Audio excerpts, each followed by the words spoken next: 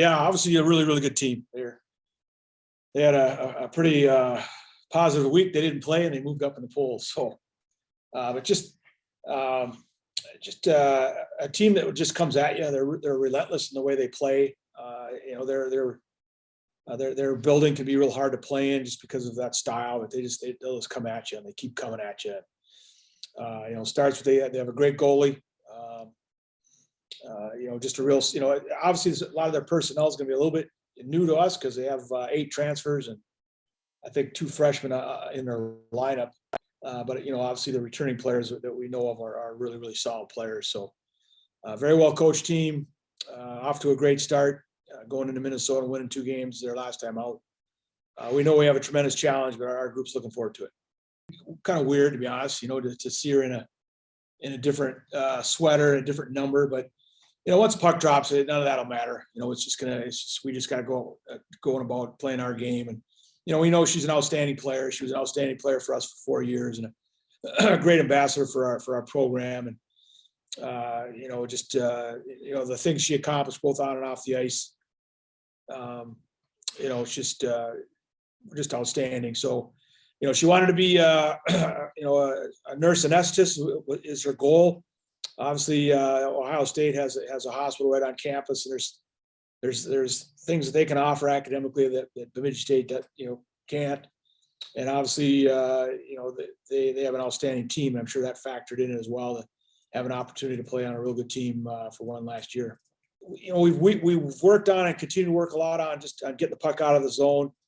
Again, they're just going to come at you, and if you keep trying to just cram it up the wall all the time, you're not going to have much success. So, and breaking the puck out is a combination for everybody. It's not one position. It's not one player. Even our goalies are really instrumental in making sure we can get the puck out of the zone quickly and efficiently. And so just continually working on that. But we also want to possess the puck. We want to play in the offensive zone. And so again, we're continually working on that aspect of our game as well as trying to possess the puck as much as we can. And special teams will certainly play a role, and you're going to continue to always work on those things as well. I guess I just take the approach of what's best for us, and I can't worry. Obviously, our opponents are going to do what they're going to do, and who they put together. We're just trying to put together when it comes to our forward lines. I think we have some really good depth this year. I think there's 4 lines that can go on the ice and play and compete. When I say that, I mean they can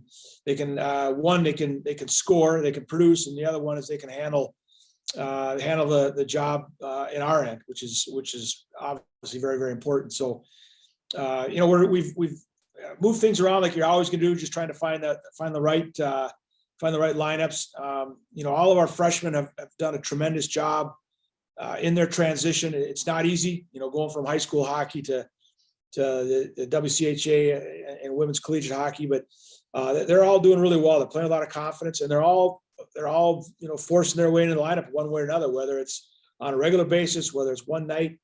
But I've just been impressed with them, and we have a couple freshmen paired up defensively, and we're just going to roll them.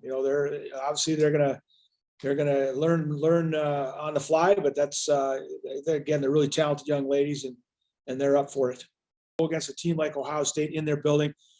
With a pretty young group, especially on the back end, just looking for us to go in there and compete and play really, really hard and battle. I don't want us to sit back on our heels and let them dictate the game to us. I want us to go with the mindset, let's take the game to Ohio State. Let's go in there and be aggressive, and play hard. Go for it. You can't sit back. You can't wait for them to make plays and then react to it. We want to try to go out there and just play our game right off the get-go. And we know it's going to be a tremendous challenge, but we've got some veterans on our team that have gone there and done very, very well in the past, and we'll certainly count on them to lead the way for us this weekend.